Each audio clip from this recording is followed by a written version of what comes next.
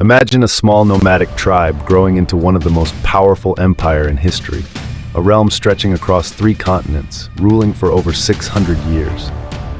This is the story of the Ottoman Empire, a dynasty that reshaped history, conquered great cities, and left behind a legacy that still influences our world today. But how did a small band of warriors create an empire that rivaled Rome and outlived its enemies? And how did it all come crashing down? Stay with me as we explore the rise, golden age, and dramatic fall of the Ottoman Empire. The journey begins in the late 13th century, in the lands of Anatolia, modern-day Turkey. The region was a chaotic battleground of fragmented states left behind by the declining Seljuk Empire. It was during this time that a warrior named Osman I, a chieftain of a small Turkish tribe, saw an opportunity. With unmatched ambition, Osman and his followers waged wars against the Byzantines, slowly carving out their own kingdom.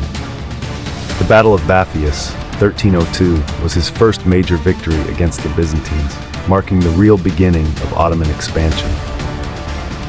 Osman's son, Orhan, officially declared the Ottoman state and pushed further into Byzantine territory, capturing Bursa in 1326, which became the first Ottoman capital. As the Ottomans expanded, they clashed with European and Islamic powers alike. Under Murad I, they defeated the Serbs at the Battle of Kosovo, 1389, securing their dominance in the Balkans. But the Ottomans also faced challenges, most notably the defeat of Bayezid I at the Battle of Ankara, 1402, by the Central Asian warlord Tamerlane, Timur, which temporarily fractured the empire. However, the Ottomans rebounded, and in 1453, a young and ambitious sultan, Mehmet II, later known as Mehmet the Conqueror, did the impossible. For over 1,000 years, Constantinople, the heart of the Byzantine Empire, had withstood countless sieges.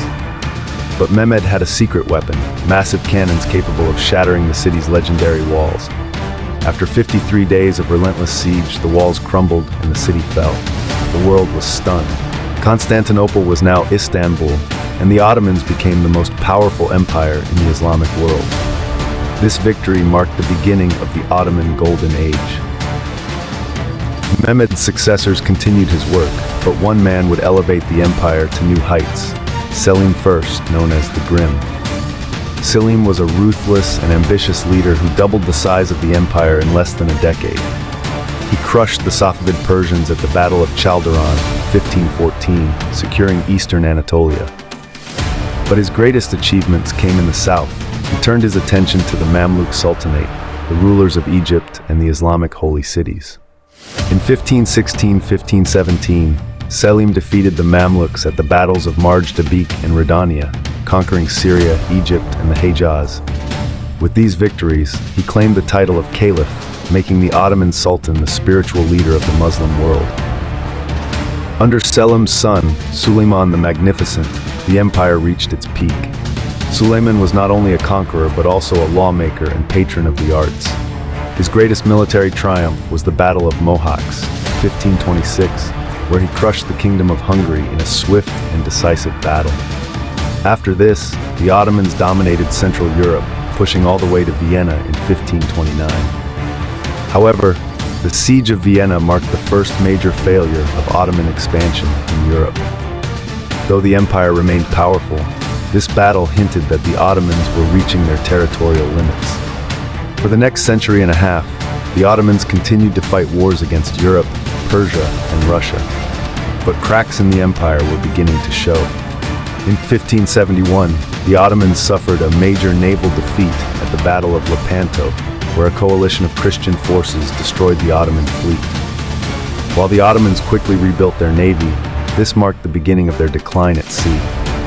In 1683, the Ottomans launched a second siege of Vienna, but this time they suffered a catastrophic defeat. The Holy League, a European alliance, began pushing the Ottomans out of Hungary and the Balkans. By the 18th century, the empire was struggling. The Ottomans were falling behind in technology, governance, and military strategy.